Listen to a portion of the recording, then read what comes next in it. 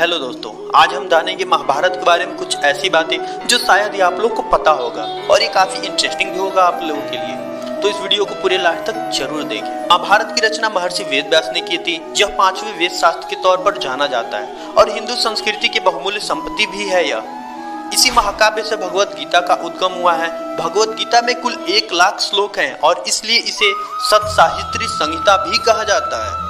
हम सभी महाभारत में पांडु के 5 पुत्रों और धृतराष्ट्र के 100 पुत्रों के बीच की शत्रुता के बारे में जानते हैं। उनके बीच की इस शत्रुता में चौसर के खेल ने काफी महत्वपूर्ण भूमिका निभाई थी और इसके परिणाम स्वरूप ही पांडव कौरवों से अपना राज्य एवं पत्नी द्रौपदी दोनों को हार गए थे। 13 वर्षों के वनवास के बाद जब पांडव वापस आए तो दुर्योधन ने उन्हें उनकी आधी जमीन वापस करने से इनकार कर दिया, जिसकी वजह से उनके बीच में कुरुक्षेत्र का युद्ध हुआ। इस युद्ध में भगवान कृष्ण ने अर्जुन को नैतिकता का पाठ पढ़ाया, जिसे भगवत गीता भी कहते हैं। इस युद्ध को जीतने के बाद पांडव अपने परिजनों की हत्या के अपराध बोध से ग्रस्त हो गए थे और ध्रुवीय पहाड़ों की महान यात्रा पर निकल पड़े थे। इस यात्रा के दौरान स्वर्ग का द्वार बनाने वाले युधिष्ठिर का देहांत हो गया था। ये आप लोग को पता ही होगा कि महर्षि वेदव्यास ने महाभारत लिखा था, पर कैसे लिखा था क्या आप लोग को पता है? महाभारत का संयोजन महर्षि वेदव्यास ने किया था और इसकी रचना भगवान गणेश जी ने इस शर्त पर की थी कि महर्षि वेदव्यास बिना एक बार भी रुके लिखे जाने वाले श्लोकों का लगातार उच्चारण करते रहेंगे।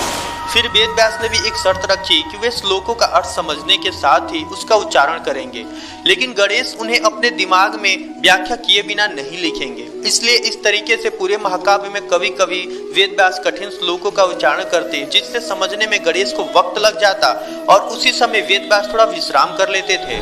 आपको जानकर हैरानी होगी कि वेदव्यास नाम नहीं है बल्कि एक पद है जिसे वेदों की जानकारी रखने वाले व्यक्तियों को दिया जाता है।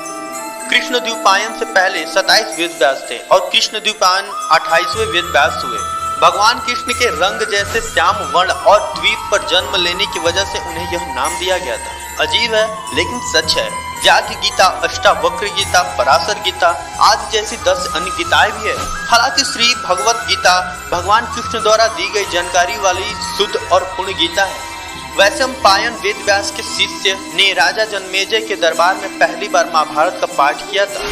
जन्मेजय अभिमन्यु के पौत्र और परीक्षित के पुत्र थे। अपने पिता की मृत्यु का बदला लेने के लिए उन्होंने कई सर्प यज्ञ किए थे। आपको जानकर हैरानी होगी कि महाभारत में विदुर यमराज के अवतार थे। ये धर्मशास्त्र और अर्थशास्त्र के महान ज्ञाता थे।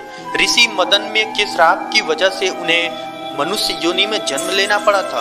कुंती ने अपने बचपन में ऋषि दुर्वासा की सेवा की थी। वे कुंती की सेवा से प्रसन्न हुए और एक चमत्कारी मंत्र बताया उन्हें। इस मंत्र के माध्यम से कुंती किसी भी भगवान से बच्चा मांग सकती थी। इसलिए विवाह के पहले कुंती ने सूर्य देव से शिशु की मांग की और कर्ण का जन्म हुआ था। शायद ही आप लोगों को पता होगा कि दुर्योधन का वास्तविक नाम सुयोधन था। हम सभी जानते हैं कि महाभारत में दुर्योधन ने चौसर का खेल जीता और युधिष्ठिर से द्रौपदी को दुर्योधन की बाएं जंघा पर बैठने के लिए कहा। इसी वजह से वो खलनायक के रूप में जाना गया। लेकिन उस समय पत्नी को पुरुष के बाएं जंघा या बाएं तरफ और पुत्रियों को दाईं जंघा या दाईं तरफ रखा जाता था। आमतौर पर लोग 6 पक्षीय पासे के बारे में जानते हैं। अजीब बात यह है कि जिस पासे से शकुनी ने पांडवों को चौसर खेल में हराया था उसके 4 ही पक्ष थे और वे पासे किस चीज के बने थे इसके बारे में किसी को नहीं पता था। कहा जाता है कि महाभारत धर्म के बारे में शिक्षा देता है और कई लोग इसे सत्य और झूठ से जोड़कर भी देखते हैं, लेकिन महाभारत में कहीं भी किसी भी उदाहरण में सत्य या झूठ को परिभाषित नहीं किया गया है। महाभारत का प्रत्येक कार्य उसके पात्रों की वर्तमान स्थिति पर निर्भर करता है। आपको जानकर हैरानी होगी कि महाभारत के युद्ध में विदेशी भी शामिल थे। वास्तविक युद्ध सिर्फ पांडवों और कौरवों के बीच में नहीं था, बल्कि रोम और यमन की सेना भी इसकी हिस्सा थी।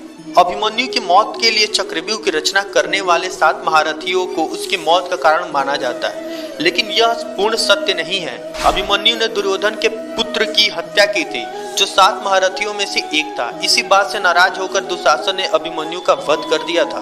क्या आप जानते हैं कि इंद्रलोक की अप्सरा उर्वशी ने अर्जुन को श्राप दिया था, क्योंकि वह उर्वशी को मां कहकर बुला रहा था, जिस पर उर्वशी को गुस्सा आया और उसे श्राप दिया कि वह एक हिजड़ा बन जाएगा। इस पर भगवान इंद्र ने अर्जुन से कहा कि यह श्राप 1 वर्ष के अज्ञातवास के दौरान तुम्हारे लिए वरदान बन जाएगा और उस अवधि के समाप्त होने पर वह फिर से अपना पुरुषत्व प्राप्त कर लेगा। वन में 12 वर्ष बिताने के बाद पांडवों ने 13वां वर्ष राजा विराट के दरबार में निर्वासन में बिताया। अर्जुन ने अपने श्राप का प्रयोग किया और बृहल्ला नाम के हिजड़े के रूप में वहां रहा। दुर्योधन ने भगवत गीता सुनने से यह कहकर मना कर दिया कि वह सही और गलत के बारे में जानता है।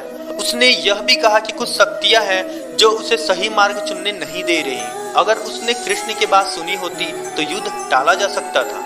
एकलव्य का पुनर्जन्म द्रौपदी के जुड़वा भाई धृष्टद्युम्न के रूप में हुआ था। रुक्मिणी के अपहरण के दौरान कृष्ण ने उन्हें मार डाला था, इसलिए गुरु दक्षिणा के तौर पर कृष्ण ने उन्हें पुनर्जन्म लेने और द्रोणा से बदला पूरा करने का वरदान दिया था। महाभारत के युद्ध में भगवान कृष्ण ने हथियार न उठाने के अपने वचन को तोड़ा था। ये तब हुआ जब उन्होंने देखा कि अर्जुन भीष्म की शक्तियों का सामना करने में समर्थ नहीं है, वह असहाय हो गया है। तब उन्होंने तत्काल रथ की लगाम छोड़ दी और युद्ध की भूमि में कूद पड़े। उन्होंने रथ के पहियों में से एक को निकाल लिया और भीष्म की हत्या करने के लिए उनकी तरफ फेंका।